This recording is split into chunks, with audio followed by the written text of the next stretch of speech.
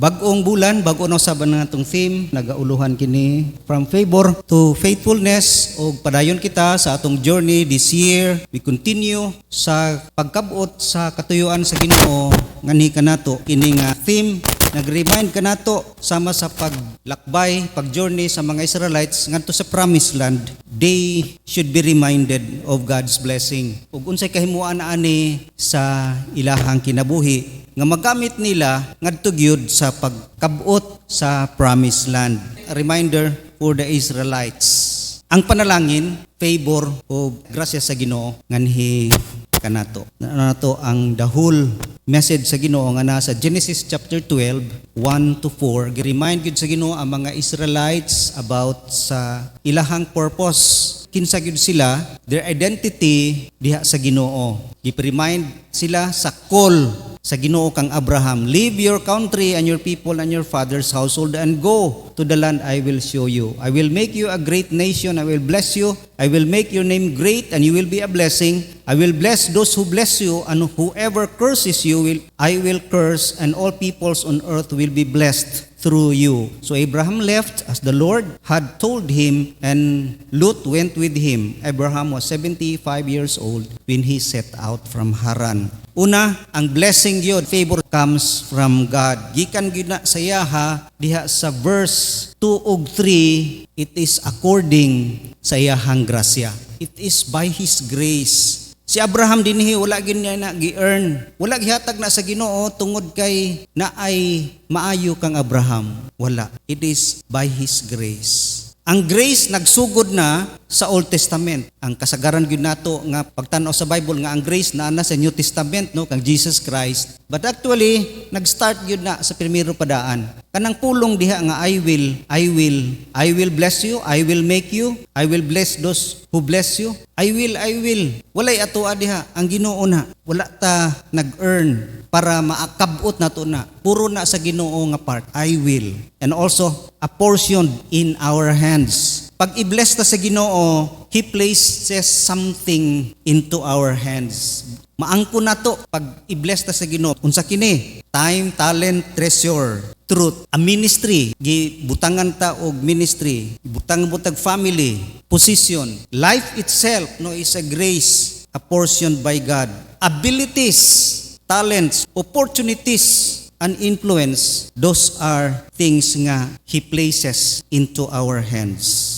A portion ngani kanato. Daghan gyud kaayong panalangin gihatagan ta sa Ginoo ana to possess. Pero wala nag-stop diha tungod kay kining blessing carries a privilege. Nagdala ni og pribilehiyo. Makita nato sa verse 2 ug 3 kanang sa kada last part sa verse 2, and you will be a blessing. Unya sa 3 pod sa last part niya kanang naka-yellow, all peoples on earth will be blessed through you. Pribilehiyo gyud to be a blessing to others and to the world. To make an impact to the world. Pagkanindot sa blessing sa Ginoo, nga wala nag-stop diha kang Abraham, kundili nagadala ngadto gyud i-carried into global gyud and generational impact. All generations will be blessed through you. Pagkalapad o pagkadako gyud ang panalangin nga imubo sa Ginoo, paghatag sa tuwa di lang mo stop diha, mo impact pag gina ngadto sa uban. Mo nang privilege kayo to be a blessing to others. Blessed to be a blessing. Anang nindot diha. It is a privilege of partnership. Tungod kay ang Ginoo makahimo sa tanan bisag sira. Pero gitugyanan gid kita, gi-choose ta to work with Him. Gipili gid ta niya. He can work through us. Mo nang partner ta sa Ginoo. Ang kalibutan puno sa kangit-ngit, puno sa pagkinahanglan, puno sa brokenness. Mo nang nangita gid ang Ginoo og partners, men and women nga mahimong channel sa iyahang blessings. Mahimong agihanan sa iyang panalangin. We are co-laborers, partners. Partners to express His grace. Ang Ginoo mugamit gyud og tao. Di gyud niya himuon nga mukalit lang kag kaangkon og provision nga way tao nga iyang gamiton nga maghatag sa imuha. Naggamit siya og partners to express His grace. Mo nang ang blessing is not merely for personal benefit but to make us channels. Mahimo tang channels of transformation to others. Pag i-bless ta sa Ginoo, mahimo tang agihanan of His grace. And grace will transform people. Grasya ra magay maka-transform. Mahimo na kung kita mahimong partner sa Ginoo for transformation ngadto sa kalibutan. We are instrument of His grace. Nindot ang awit gani na nagitanan no ang favor sa Ginoo. His goodness, His mercy, His love, His faithfulness. Di man na mapadayag sa kalibutan kundi siya magamit og tao nga magpadayag ana. Mo nang gamiton ta nga ma-express gyud ang iyang grace. We are partners. And also gamiton ta to expose His glory. Ang blessing dili lamang gyud nga para lang gyud nga ma-enjoy nato, but also to represent God to the world. So grabe ang addition sa blessing. Dili lamang nga atong ma-enjoy kundi mahimo pag yun ni nga magrepresenta ngadto sa Ginoo sa kalibutan. Ingon diya sa 2 Corinthians 5:20, we are therefore Christ's ambassadors, as though Christ were making His appeal through us. We implore you on Christ's behalf, be reconciled to God. We are ambassador, meaning nagrepresentar tang ambassador, nagrepresentar sa kanasod ngadto sa laing nasod nga mauni ang Pinoy. Usab kita mahimong magrepresent sa Ginoo sa kalibutan aron makita siya to reflect His glory. Matthew 5:16, you are the light of the world. Kay nagreflect ta kung kinsa ang Ginoo. Mo nang ang nga pabor nga gihatag sa to sa Ginoo, atong prosperity dapat na mudro og mga tao aron mo glorify sa Ginoo. Ingon sa Matthew 5:16. Mo nay mo kati sa mga tao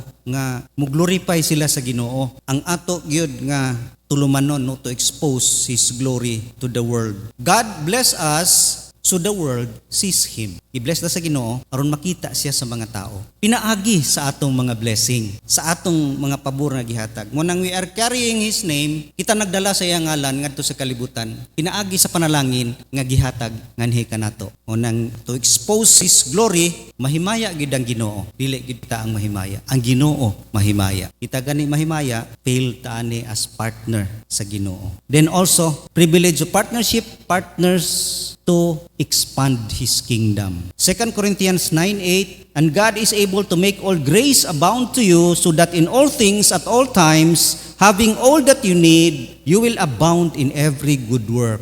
See, ang blessing is not self-centered, but kingdom-centered. Masayop gid ta sa pag-understand sa grace. Kung kini nay sentro, alang lang gid sa tua. Grace, blessing is kingdom-centered. Mo nang kung gi-bless ta sa Ginoo spiritual blessings diha, having all that you need, para gid na to abound in every good work. Good work, work for the kingdom. For the kingdom expansion, aron gyud mulambo ang gingharian sa Dios dinhi sa yuta. Mao nang katuyuan nganong naay blessing sa atong kinabuhi. Tungod kay mo expand ang iyang kingdom kung kita mahimong co-laborers of Christ to bring the lost aron dalhon ang mga nangawala ngadto sa iyang gingharian. Gi-abound ta sa Ginoo niining mga butanga grasya aron mahimo tang powerful to support kingdom's assignments. Daghang kayo assignment sa kingdom, daghang kay buluhaton. Pero kung dili ta magpagamit atong gipugngan ang atong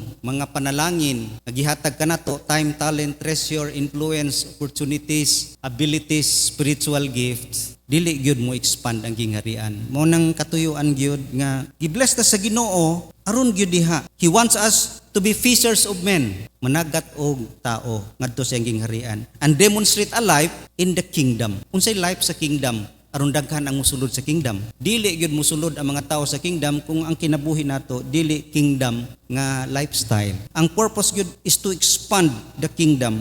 Gitagaan gyud ta og mga spiritual gift. Matag usa kanato sa iglesia mo nang gitawag nga God uses talents. It is to bless the church. Para gina sa church. Aron ang church mo win sa lost. Gitagaan ta ng mga abilidad, talento, resources, time. Asa na ang katuyuan? Dito ginapaingon sa church. Aron ang church mo win sa mga lost. Di gina gituyo nga ikaw ra maghimo niya na. For the church na to edify.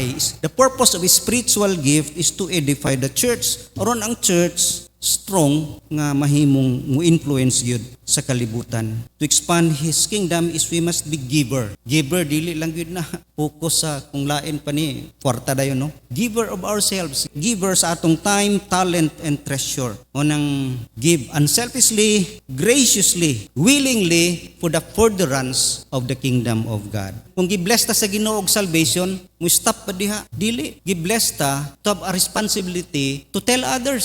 Mo nang gitagaan ta og Great Commission. Gitagaan ta og salvation, gitagaan ta responsibility to a blessing to others. Pinaagi sa pagproclaim sa Great Commission. Go and make disciples. Isangyaw ang maayong balita. Mo nang we are blessed by the cross sent to the world. Mo nang ang blessing is not only just for our comfort, but it will lead to mission. Mao gina ang katuyuan sa Ginoo. Mo nang blessing is not a destination. Kay yung blessing mo na gid ni ako anani, no? No, but a commission. It is a commission nga ni kanato to further His kingdom dinhi sa kalibutan. Mo nang expand His kingdom. And also ikaduha nga privilege carries a privilege of responsibility. It means God placed niining nga mga blessing ani kanato as a sacred responsibility. And it is a privilege tungod kay it is an honor.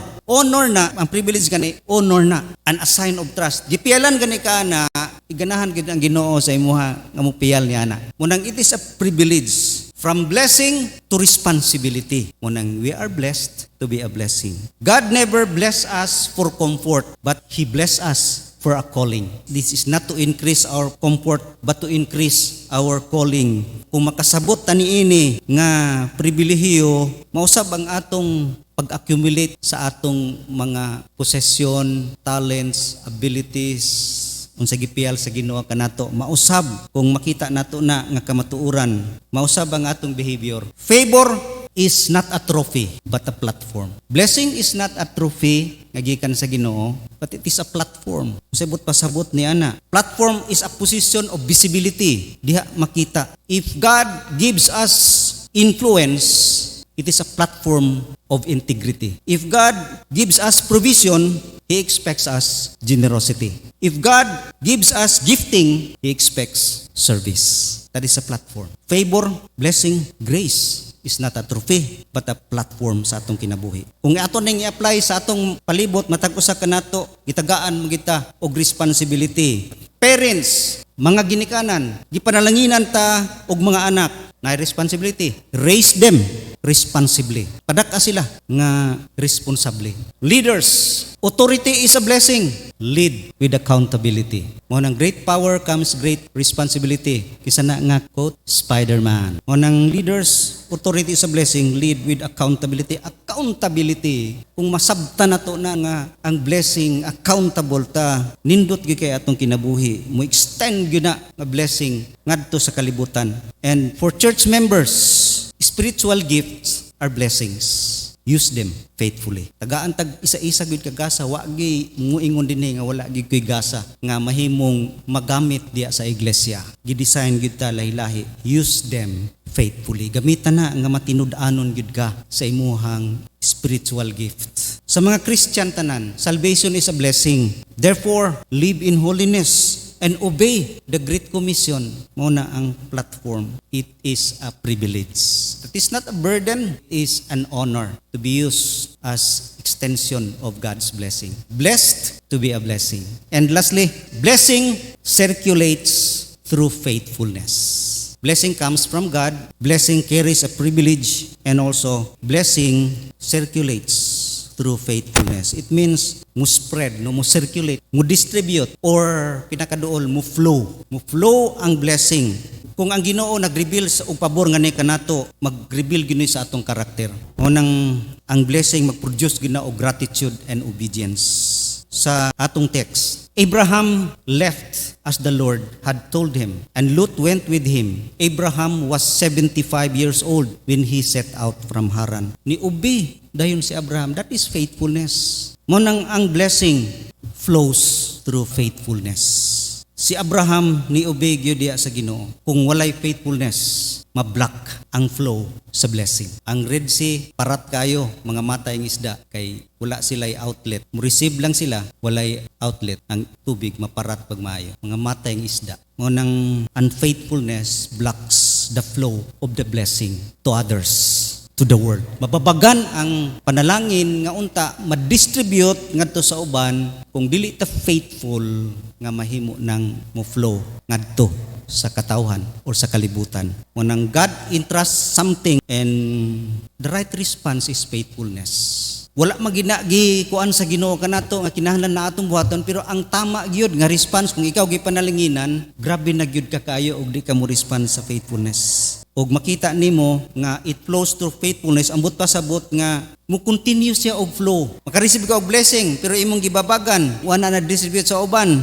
Wala mo continue ang flowing. Same as panalangin opens the door. Ang faithfulness, ang door pabilin nga open. Pero blessing, gitagaan ka, dili ka faithful, ma-close ang door, balik. Ngunang ang faithfulness, mahimong mo continue good sa flow. No? Mahimo kitang sandayong sa panalangin ngadto sa kalibutan. Dili ma-block. It keeps open. It keeps on flowing. Continue. Ang faithfulness gyud ang makapahimo ana. It becomes a pathway to increase. Mao nang mo increase gyud ang panalangin. Kay kung mapundo na siya mahunong, pero kung sige kag flow ngadto suman magdaghan ang panalangin, awas-awas ngadto sa uban. Mao na ang prinsipo nga gipadayag diha sa Ginoo nga mo flow through pinaagi gyud sa atong pagkamatinud-anon diha sa mga resources, sa mga butang nga gihatag kanato sa Ginoo ingon nga panalangin. Mao nang it continue to flow. It means to circulate. Dili mas stagnant. And also faithfulness ma-demonstrate na asa, minta asa man tagyod makita nga faithful sa Ginoo, matinud-anon gyud.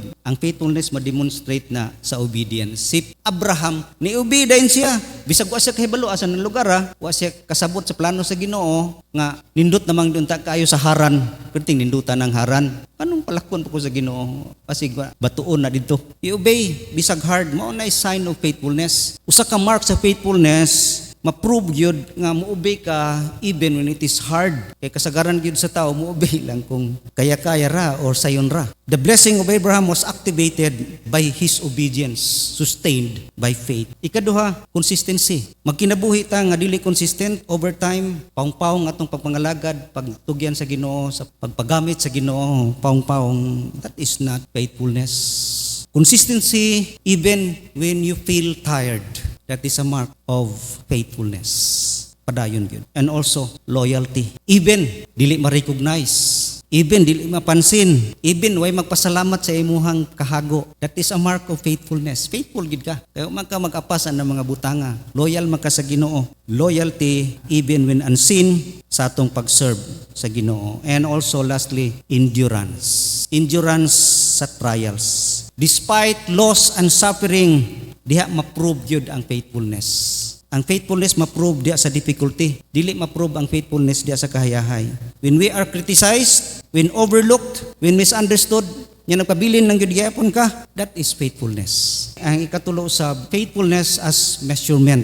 Success is measured by faithfulness. Ang success sa gingharian, dili ma-measure sa kadaghan sa imong kwarta, sa kasikat nimo, sa kamaayo sa imong talent, o sa daghan nagpakpak sa imuha. No, it is measured by faithfulness. Dili ma-evaluate ang atong ministry diha sa nisikat ta, but where we are faithful sa gihatag nga ni kanato. Faithful ka sa gihatag. Parable of the talents, katong 5, nimong 5, ang 2 nimong 2. Ang 2 ra gyud pud iyaha. Kay mura may gihatag sa iyaha. Faithful ka diha, ang apas sa Ginoo dili ang kadako. Faithful ka sa unsay naa nimo. Nahurot ba ginagamit? Mao na ang measure sa success. God is not looking for flawless performance. Wala nagtanaw ang Ginoo sa atong mga performance. He is looking for faithful obedience.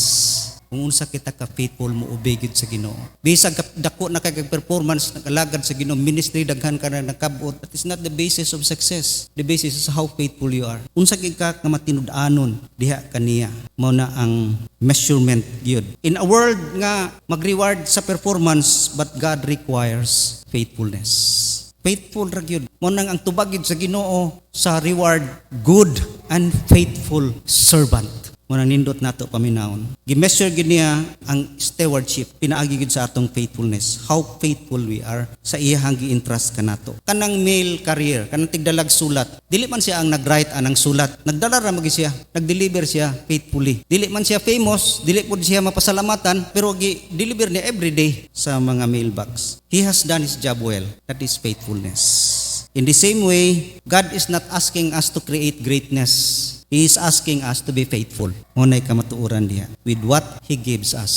Unsa iyang gihatag nganhi kanato. God did not compare talents. Muna mayunta kini nga kong gift, uska po gitong iyaha. God did not compare talents. Duha, wa man gi-compare sa 5. Tungod kay ang Ginoo wala nag-compare og result. He honored faithfulness. Siya nag-compare og results. As long as you are faithful, kay mo man na ang iyang gipangita. Nang the issue was not how much they produced, but how faithful they used it, what they were given. Mo na ang faithfulness. Kung dili ta faithful, it leads to failure. Look at the examples of the Bible nga failure sila. Saul favored as king. Grabe ang panalangin na gihatag kang Saul, favored with authority, power, blessings, pero disobedient. Palpak ang last nga part sa kinabuhi ni Saul. Judas is entrusted as apostle, unfaithful, failure siya. Si Samson, gifted with strength, supernatural, why disiplina, dili faithful ngadto sa Ginoo. Grace placed them in position.